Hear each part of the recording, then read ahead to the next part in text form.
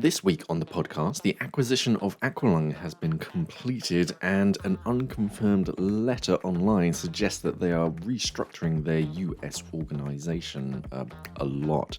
A new freediving world record for 58-year-old Canadian freediver William Winram, and the Divers Alert Network has received an Innovation Award. So last week, the Bearings investment management firm had announced that it had completed its acquisition of the AquaLung Group, which is one of the world's best-known manufacturers of scuba diving equipment, and Bearings' acquisition of the group was announced in June this year, and the sale being agreed for an undisclosed fee.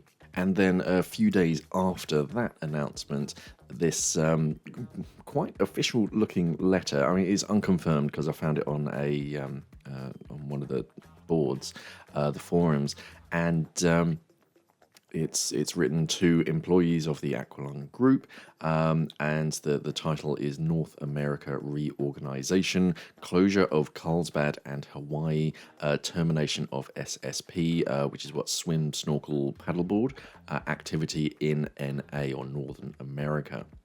So it starts off, the AquaLung Group has announced on December 12th a progressive shutdown of its activities at its Carlsbad, which is California, and Hawaii facilities, and the transfer of its distribution American office to the East Coast. We plan to streamline its entire structure in the spirit of simplification at all levels and quickly realign its activities around its core businesses, diving equipment and provision of equipment to military and professional customers. All human and financial efforts in the USA will now be dedicated to serving dive and MP customers. The group will be exiting the SSP business in the USA and Canada only. SSP, Swim, Snorkel, Paddleboard range will still be offered outside Northern America. The office in the USA will be transferred to a new facility on the East Coast in the course of the first semester next year. Several locations are currently under review, and we shall be communicating the final decision in the coming week. This was written on the 13th of December, so it should be fairly soon. The office will be dedicated at serving our customers, dive and military professional, with a very limited staff, sales representatives, sales, marketing, customer support, technical and training center, and the local light logistic and supply chain organization to better serve the North American market. Staff of PPS and AquaLung Canada are not impacted. PPS is pelagic pressure systems that make the dive computers and whatnot.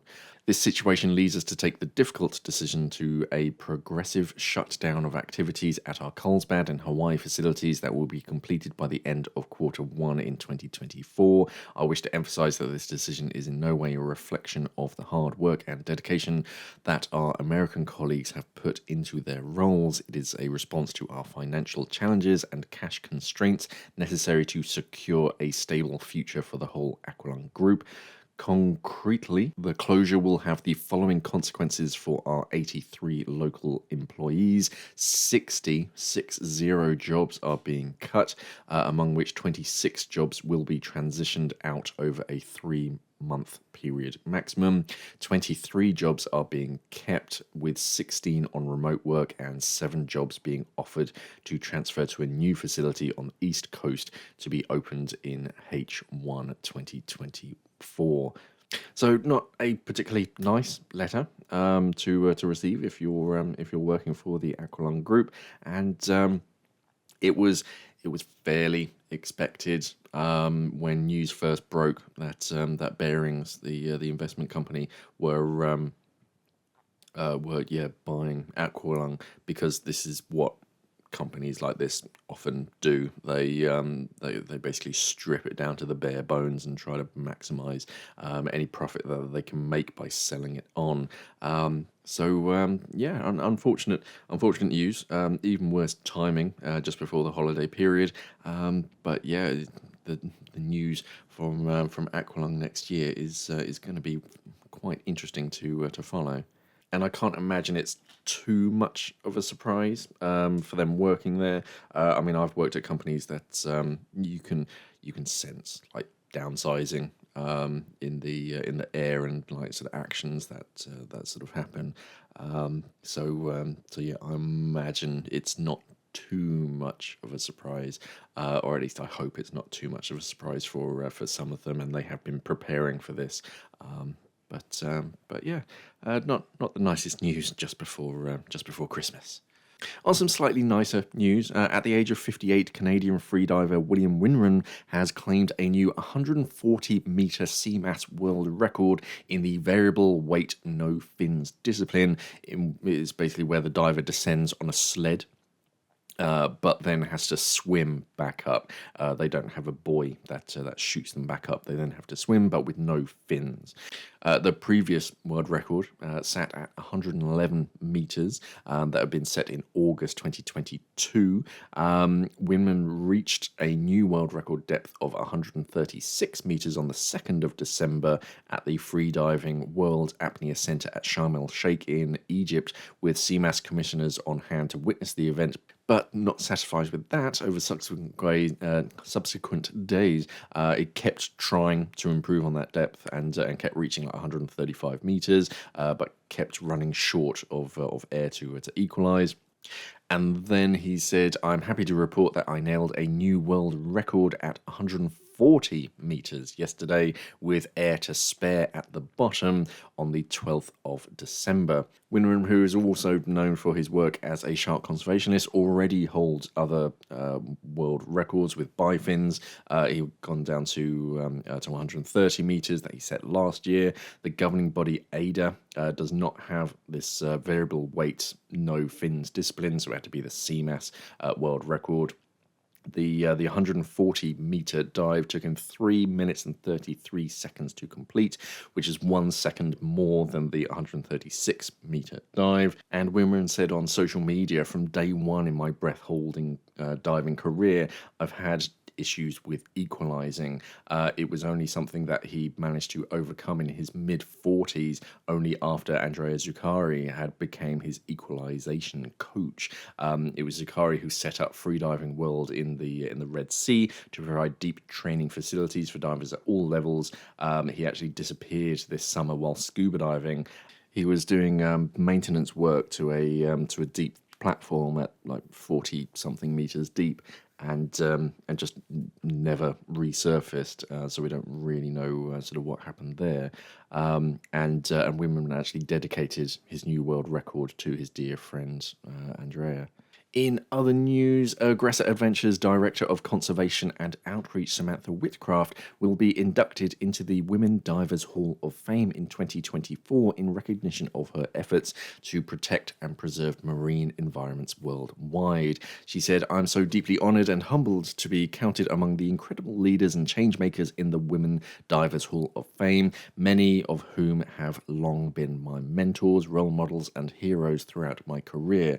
I am and will always be grateful to them for their guidance." Every year, the Women Divers Hall of Fame acknowledges women divers who have made outstanding contributions to the exploration, understanding, safety, and enjoyment of our underwater world. The Hall of Fame supports the underwater world and its associated careers by prompting opportunities in diving through grants, scholarships, internships, and mentoring, as well as providing a worldwide network of industry contacts. The Women's Divers Hall of Fame was founded in 1999.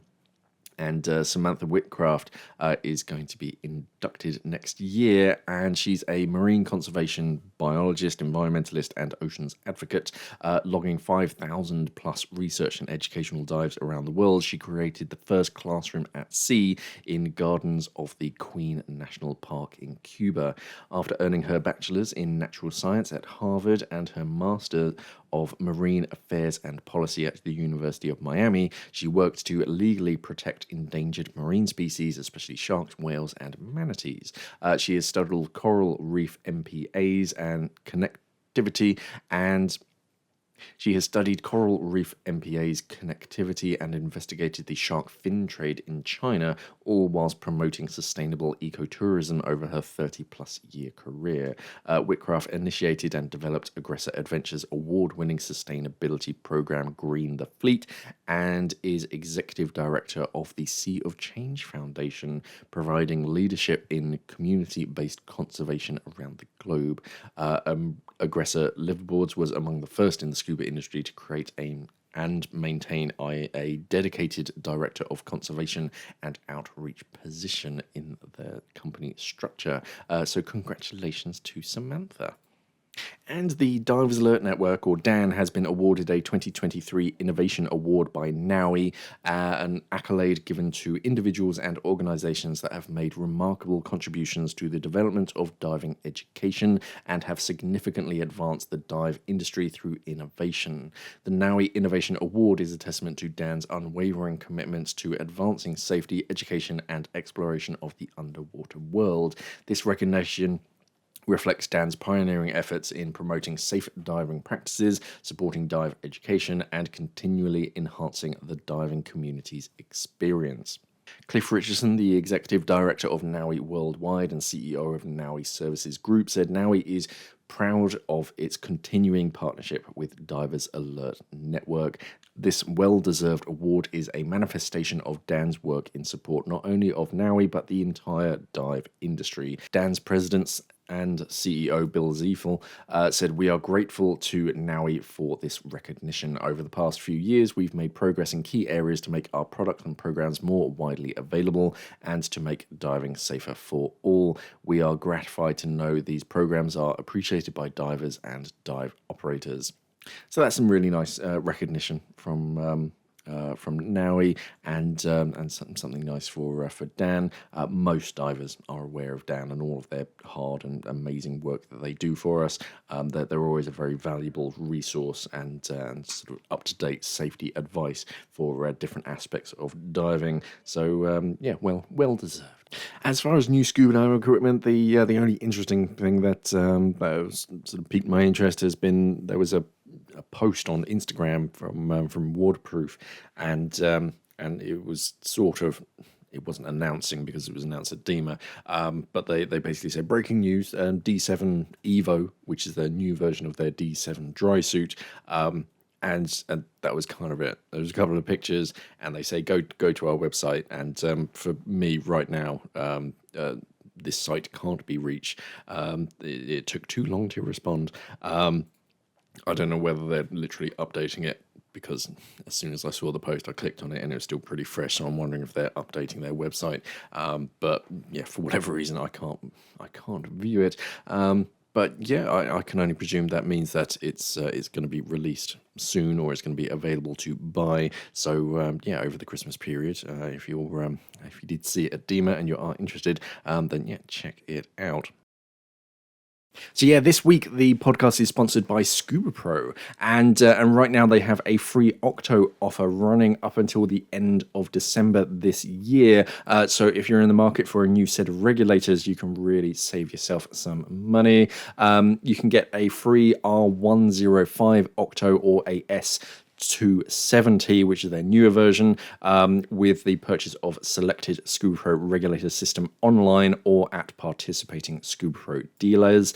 The promotion may not be available in all regions, so double check before you go stomping into your Scubapro dealer and demand a free Octo, and it's limited to one free Octo per order. The S270 Octo, you get free whenever you get the Mark 25 D420. The Mark 19 with the D420, or the Mark 25 or Mark 19 with the S620 Ti in A clamp or DIN. Doesn't matter if you buy any of those four regulators, you get a S270 with the R105.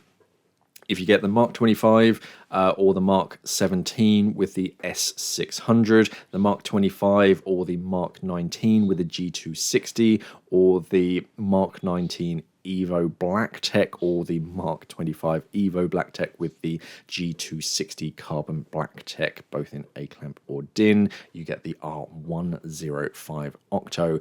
So they're all really solid regulators.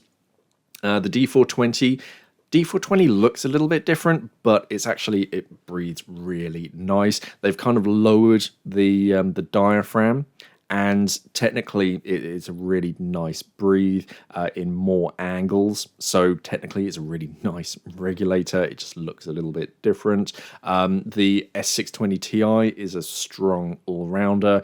It's literally an all-rounder. It has like the best features of a few of their regulators, like the A700, the S600, and I think some of the G260. They kind of took and cherry picked certain features of each of them and like molded it into a one like combination second stage.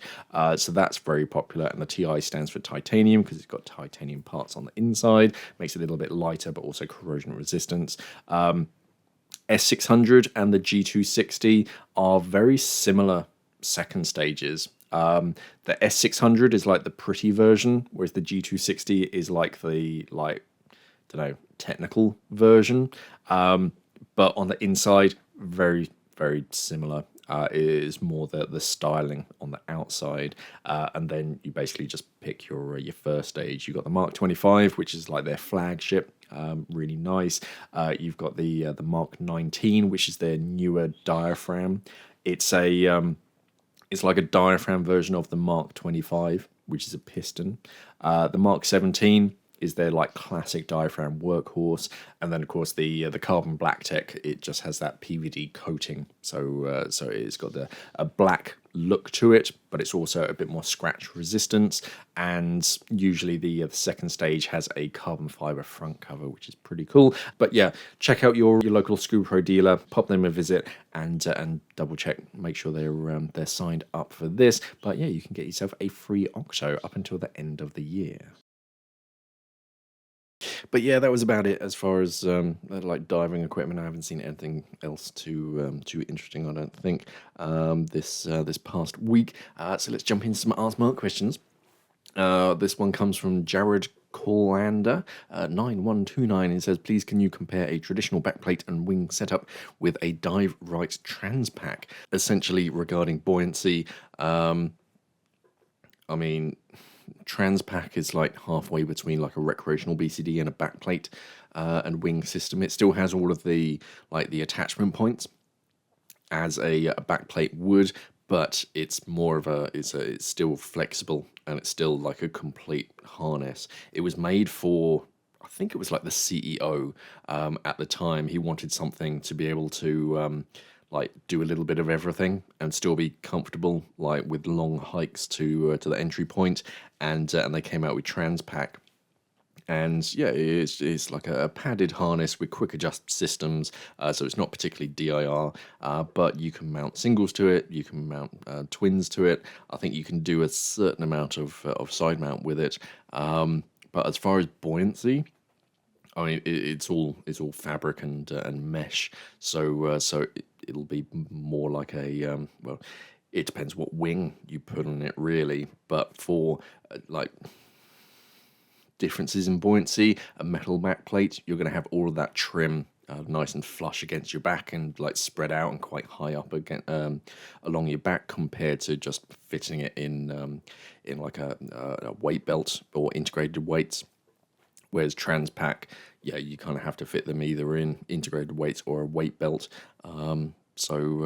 Yeah, that's it. But as far as buoyancy, it's going to be relatively neutrally buoyant. There's not going to be a lot that floats or sinks on the Transpack. Whereas you get a backplate, if you get a steel one, then yeah, that's going to be very sinky. Or like an aluminium, which is less sinky. And then the Transpack is going to be even less so because it is just material. So it's very much up to you. It depends on how much you want to customize that harness, really, because Transpack kind of is what it is. I think it comes in a few different sizes, and then yeah, that's it. You take it out of the box just like a recreational BCD, and then you quick adjust. Whereas if you want a bit more like flexibility, I mean, complete flexibility, because with Transpac, yeah, you can swap the wing out. It doesn't come with a standard wing, so yeah, you can swap it for a single wing, a twin wing, or whatever you want, and that's it. But if you want to adjust the harness as well, then yeah, the proper backplate is the way to go. Bing Serjuan says, "Hi Mark, my eyes need glasses for reading. I need +3 and a cylinder +1. Ugh, this seems a bit too much maths for me already. Same both eyes. My cousin -6 and -5.5." And about to order lenses for a diving mask. Since underwater things look closer, how to calculate the lens strength in our cases? The actual, I mean, it depends, basically. If you're doing it just on, like, Tusa or Mares, I think Scubapro do some where you replace the actual lens, then, yeah, you just get the spherical reading, and that's all that they'll correct. And they have adjusted for the magnifying effect of water. If you need anything more complex with your cylinder, and personally, I've never had an issue with my eyes, so I don't know too much about like lens prescriptions and all the different things in it. But if you do need any more corrections other than the spherical adjustment, then yeah, it is best to get a proper company to mill those lenses for you. I used to use a company, I don't know if they still exist, I imagine they do, called Axis Optical. I imagine there are others online, just search online, and they'll make it based on your prescription. And yeah, because they do it with other diving masks and they're like a bit more scuba specific, they know how to adjust it with that magnifying effect. But yeah, if it's just a basic like lens replacement or an insert, then yeah, they usually take that into account when they create the different powered lenses, if that's the right word. Aconite3459 says, "Hey Mark, how do you know your dry suit is too big? A lot of people explain when it's too small, but what about when it's too big?" Yeah, it's a bit of a gut feeling, really. You don't want it. Membrane dry suits tend to be oversized anyway to allow for more exposure protection underneath and for flexibility, because the actual material itself isn't particularly stretchy at all. So you do need room in the like shoulders and around the body, and sort of around your waist to be able to move around in the suit. However, if it's too big and it can create too bigger like folds, then air can get trapped inside of it. Because remember, air always wants to go to the highest point. So even if you're horizontal, if you've got lots of space like in your back, then it is just going to get trapped in there, and little like dead ends in folds of fabric where just pockets of air can get stuck. The worst place to have too much space is in the legs and in your boots. If your boots are like 1 or 2 sizes too big, and especially if your legs are a little bit too long as well, then if any air finds its way to your boots and they're not particularly tight around the ankle, they'll just shoot off and you'll lose your fins and everything, and everyone will point and laugh. So it is just not a good thing. So it's one of those things you kind of have to see a picture to gauge it, but yeah, it's a bit of a gut feeling. You'll know when it's too big. Ideally, it should be fairly fitted. You'll still have like extra folds and extra material, so don't worry too much about that. But there's no real way. I can't really say, oh, when it's like X inches or centimeters away from here or whatever. There's nothing like that. It's just that gut feeling of, yeah, you know what, that is a little bit too big. Yeah, it is tough. It's a little bit easier with neoprene dry suits because they are quite form-fitted, a bit more like a wetsuit. You don't tend to have too much excess material, and they don't create folds quite as much, so they're a bit more forgiving. But yeah, with a membrane dry suit, it's kind of a gut feeling about. That's probably why you haven't really seen too much about it. When you see it, you know it. Stephen Wood says, how does the Weasel Extreme Plus compare to, say, Fourth Element Halo AR and a Sati BZ200 and a Sati BZ400 Struth? Looking to see comparisons of bulk, buoyancy, and warmth. Oh, Struth, have you got an hour comparing all of those?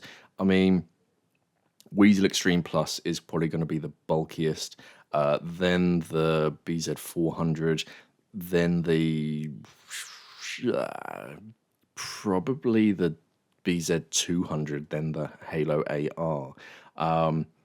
As far as buoyancy, it's probably going to be in about that order as well. Warmth is subjective, so I'll never really compare that. It's really tough. But I'd probably say the BZ200 is probably the lightest. 400 is probably next. Halo and then Weasel Extreme Plus. Maybe. It's really tough, and there's too many variables in that, so I'm not going to spend too much time comparing them. Ashley Baker asks, I'm a new diver. Can you give me some advice on buying used air cylinders? Yeah, be very careful. Check the latest date stamp. They have to have a stamp every time that they're tested. They have to be tested periodically. Obviously, avoid anything with rust, obvious signs of corrosion. A small amount, like surface rust, isn't the worst thing. A cylinder won't fail just for that, but if it's particularly pitted, so it's penetrated quite deep into the metal, that's quite dangerous. I wouldn't touch that with a 10-foot pole. There can be hidden rust underneath the paint. So if it all looks like freshly painted, that's a little bit of a red flag. But also old paint as well. If it looks like it's bubbling, that can be quite dangerous because that means that rust has got underneath it. You can usually flake it, the paint off, and find the rust underneath it. If it's ever been left empty for any length of time, obviously water and then rust can form on the inside. That's a bad thing. Dents always compromise the strength of cylinders, so avoid that. There are some cylinders. It's usually like pre 1995. That some people just will not touch, and I saw one video, I think it was on Reddit recently, where someone was complaining something to do with a pre 1990 something aluminium cylinder, and how a filler wouldn't fill it, and they didn't want to test it neither, or something along those lines. And someone who ran a dive center out there said, "Oh, you know what? This is why." And they had one of these cylinders, and they lowered it into a swimming pool, and you could see bubbles coming out of the shoulders of the cylinder, which is objectively terrifying for anyone who's filled cylinders, because the only place that bubbles like really come from is sometimes around where the valve is fitted when they're brand new, and other than that, it should just come from the actual valve itself, or maybe a burst disc if something went very wrong. So seeing it come through the metal is quite scary. Otherwise, yeah. Again, just kind of gut feeling. You got to look for those date stamps. Hopefully it's still in date. Even if it is, I'd still get it retested just in case, because I want to know what the state of the inside of the cylinder is like. I don't know where you're from, but here in the UK, test stamps, we have unique test stamps for every single test centre.